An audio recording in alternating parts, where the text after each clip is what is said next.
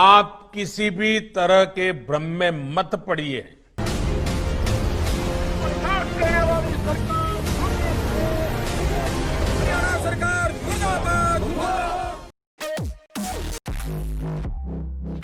लोकसभा में सरकार के प्रस्तावित 3 विधेयक पास हुए। पहला कृषक उपज व्यापार और वाणिज्य विधेयक 2020, दूसरा कृषक सशक्तिकरण व संरक्षण कीमत आश्वासन और कृषि सेवा पर करार विधेयक 2020 और तीसरा आवश्यक वस्तु संशोधन विधेयक 2020।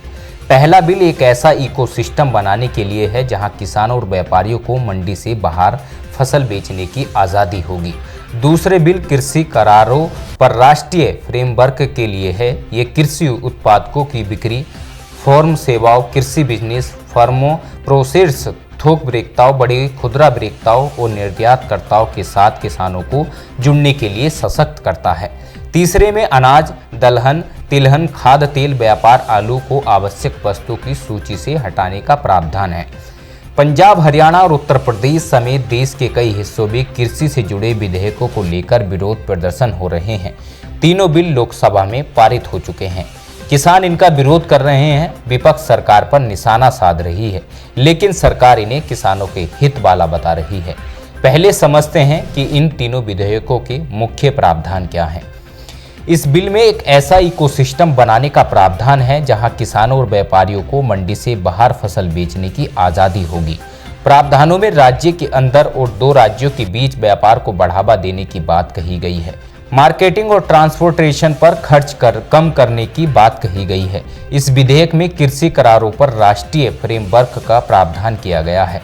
ये बिल कृषि उत्पादकों की बिक्री, फर्म सेवाओं, कृषि बिजनेस फर्मों, प्रोसेस थोक विक्रेताओं, बड़े खुदरा विक्रेताओं और निर्यातकों के साथ किसानों को जुड़ने के लिए सशक्त करता है। अनुबंधित किसानों को गुणवत्ता वाले बीज की आपूर्ति सुनिश्चित करना है। तकनीकी सहायता और फसल स्वास्थ्य की निगरानी, ऋण की सुविधा और फसल बीमा की सुविधा उपलब्ध कराई जाएगी। इस बिल में अनाज, दलहन, तिलहन, खाद्य तेल, प्याज, आलू को आवश्यक वस्तुओं की सूची से हटाने का प्रावधान है। माना जा रहा है कि विधेयक के प्रावधानों से किसानों को सही मूल्य मिल सकेगा, क्योंकि बाजार में स्पर्धा बढ़ेगी। विरोध क्यों हो रहे हैं, ये भी समझ लेते हैं। किसान संगठनों का आरोप है कि नए कानून के लागू होते ही कृषि क्षेत्र की पूंजीपतियों या कॉरपोरेट घरानों के हाथों में चला जाएगा और इसका नुकसान किसानों को होगा। एसी के कमरों में किसान का आपको नहीं पता। आप जरूर आपने चाय बेची, बड़ा बढ़िया काम किया, लेकिन किसानों से पूछें। आज सारा किसान एक रोष में है। ये हमारा यूथ कांग्रेस का प्रदर्शन नहीं है, किसान नौजवानों का प्रदर्शन है। मोदी साहब अपनी नींद से बेशक 4 साल पड़े हैं वोटों के लिए, लेकिन आपका तख्त और ताज यूथ कांग्रेस ने ना हिला दिया तो हम भी यूथ कांग्रेस के जांबाज सिपाही नहीं। कृषि मामलों के जानकार देवेंद्र शर्मा के मुताबिक किसानों की चिंता जायज़ है। बीबीसी से बातचीत करते हुए उन्होंने कहा कि किसानों को अगर बाजार में अच्छा दाम मिल ही रहा होता तो वो बाहर क्यों जाते। उनका कहना है कि जिन उत्पादकों पर किसानों को एमएसपी नहीं मिलती, उन्हें वो कम दाम पर बेचने को मजबूर हो जाते हैं। पंजाब में होने वाले गेहूं और चावल का सबसे बड़ा हिस्सा या तो पैदा ही एफसीआई द्वारा किया जाता है या फिर एफसीआई उसे खरीदता है।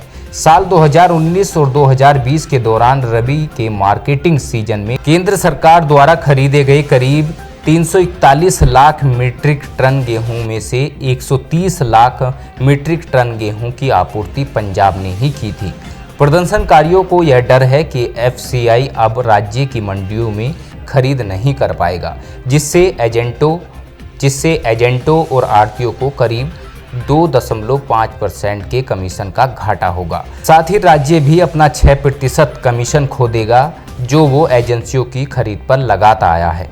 देवेंद्र कहते हैं कि इसका सबसे बड़ा नुकसान आने वाले समय में ये होगा कि धीरे धीरे मंडियां खत्म होने लगेंगी। प्रदर्शनकारियों मानते हैं कि अध्यादेश जो किसानों को अपनी उपज खुले बाजार में बेचने की अनुमति देता है, वो करीब 20 लाख किसान, खासकर जाटों के लिए तो एक झटका है। साथ ही मुख्य तौर पर शहरी कमीशन एजेंटों, जिनकी संख्या 30,000 बताई जाती है, उनके लिए और करीब 3 लाख मंडी मजदूरों के साथ साथ करीब 30 लाख भूमिहीन खेत मजदूरों के लिए भी यह बड़ा झटका साबित होगा।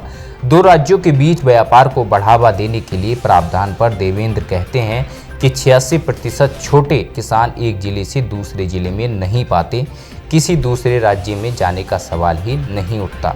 ये बिल बाजार के लिए बना है, किसान के लिए नहीं। हम बिल्कुल संसद घेराव पे जा रहे हैं और हमारी ये मांग है कि इन बिलों को वापस लिया जाए। देश का किसान पहले से ही इस महामारी में नोटबंदी के बाद परेशान था और ये बड़ी चोट मारने का काम मोदी सरकार ने किया है। बिल के मुताबिक इससे किसानों को नई तकनीक से जुड़ पाएंगे। 5 एकड़ से कम जमीन वाले किसानों को कॉन्ट्रैक्ट के फायदा मिलेगा। हालांकि देवेंद्र कहते हैं कि इस प्रावधान से किसान अपनी ही जमीन पर मजदूर हो जाएगा। आवश्यक वस्तु संशोधन बिल पर देवेंद्र कहते हैं कि इससे कालाबाजारी को बढ़ावा मिल सकता है। वो कहते हैं कि हमने जमाखोरी को वैधता दे दी है, इन चीज़ों पर अब कंट्रोल नहीं रहेगा।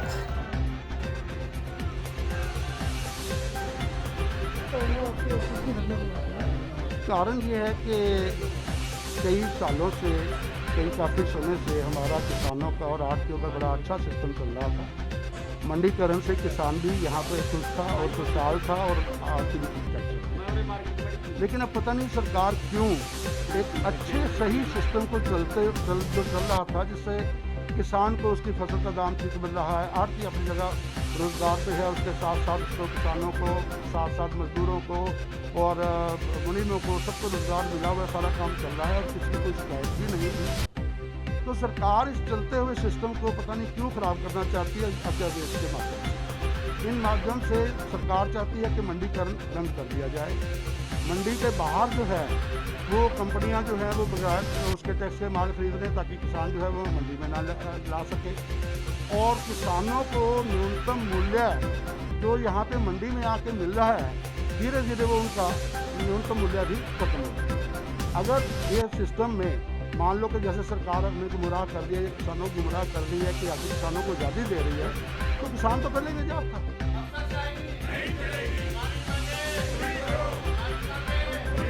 विपक्ष तीनों विधेयकों का विरोध कर रहा है। कांग्रेस नेता राहुल गांधी ने भी इन्हें किसान विरोधी षड्यंत्र बनाया है। उन्होंने ट्वीट पर लिखा कि किसान ही है जो खरीद खुदरा में और अपने उत्पादक की बिक्री थोक के भाव करते हैं। मोदी सरकार के 3 काले अध्यादेश किसान खेतीहर मजदूर पर घातक प्रहार है, ताकि ना तो उन्हें एमएसपी व हक मिले और मजबूरी में किसान अपनी जमीन पूंजीपतियों को बेच दे। मोदी जी का एक और किसान विरोधी षड्यंत्र।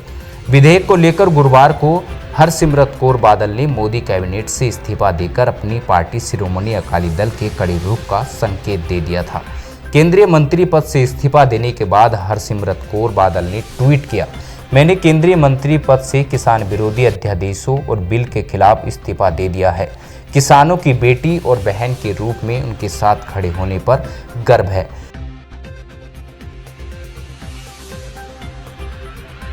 पंजाब के किसान और हम एक किसानी सूबा हैं। हमारे राज्य में 99% नहीं तो 100% सब किसान से जुड़े हुए हैं। जो दुकानदार है उसकी दुकानदारी भी किसान पे निर्भर है, जो आड़तिया है, जो व्यापार है, वो सब किसान पे निर्भर हैं। एक किसान ही नहीं, उसके साथ मजदूर जुड़े हुए हैं, उसके साथ आड़तिया जुड़ा हुआ है, उसके साथ दुकानदार जुड़ा, पूरी इकोनॉमी किसानी पे चलती है। जो ये किसानों को लग रहा है हमारा एग्जिस्टिंग ढांचा हिल के प्राइवेट प्लेयर्स आके हमारा भविष्य नष्ट कर देंगे, जिस करके वो सड़कों पे उतरे हुए हैं, तो क्या इनकी सुनवाई नहीं होनी चाहिए? इनकी शंकाएं दूर नहीं होनी चाहिए? क्या कुछ उस बिल में ऐसे प्रावधान नहीं होने चाहिए जिससे ये एजिटेशन थमे? क्या ये समय है कि देश में किसानों का एजिटेशन हो? और सिर्फ मैंने नहीं, बहुत सारी पार्टियों ने इसका किया, और ये एजिटेशन सिर्फ पंजाब में नहीं, हरियाणा में, राजस्थान में, यूपी में, महाराष्ट्र में, कई राज्यों। मैंने कल अपने साउथ इंडियन एमपी से बात करी, उधर भी किसानों का विरोध है। तो जो उनके फायदे का बिल लेके आ रहे हैं, कम से कम उनको तो फायदा नजर आए। और ये मुझे दुख इस बात का कि आप इसको कहे कि ये राजनीति है। भाई किसान के ऊपर क्या राजनीति है? जे ठीक है, राजनीति में वो एक बारी भड़काया जा सकता है, 2 बारी भड़काए, लेकिन लगातार जो 2-2 महीने सड़कों पे बैठा है, फिर उसके मन में डर है।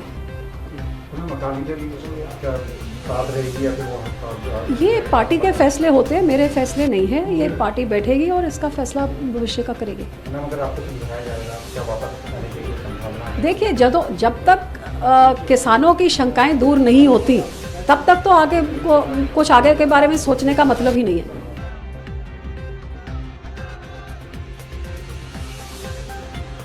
सरकार का क्या तर्क है, ये भी समझ लेते हैं।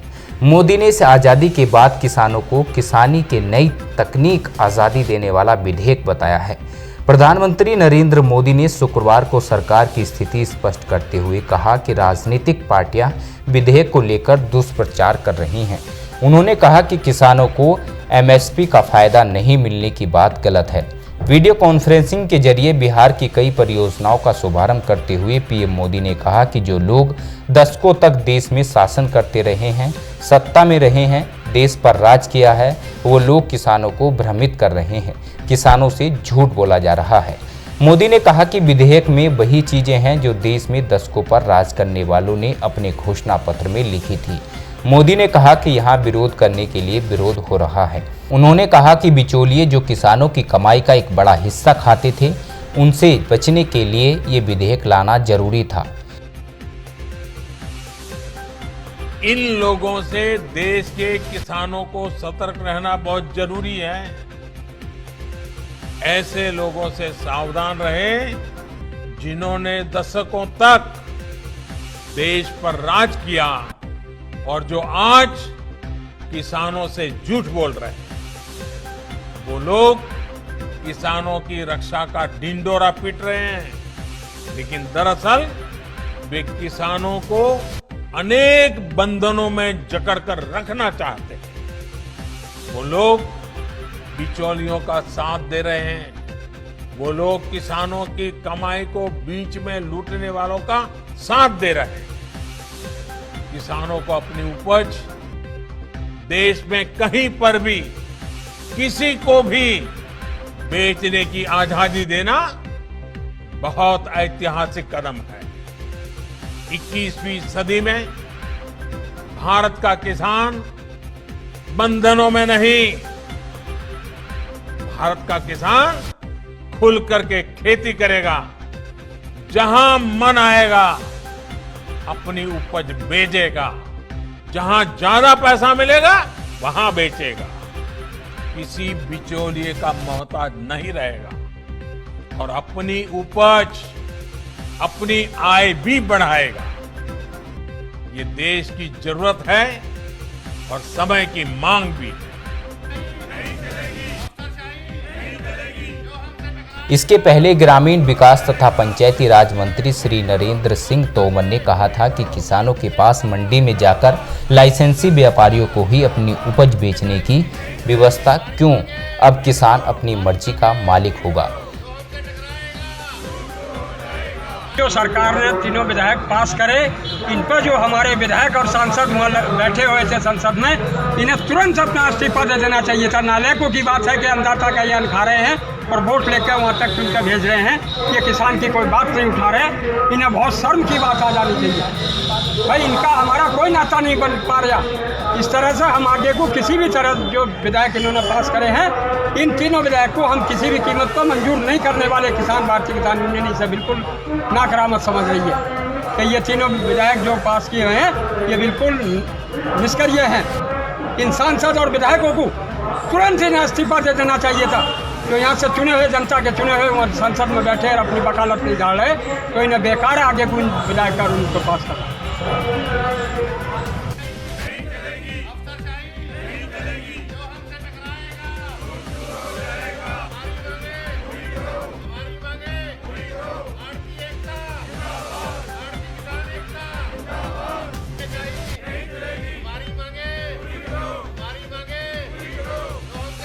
ब्यूरो रिपोर्ट, समाचार इंडिया।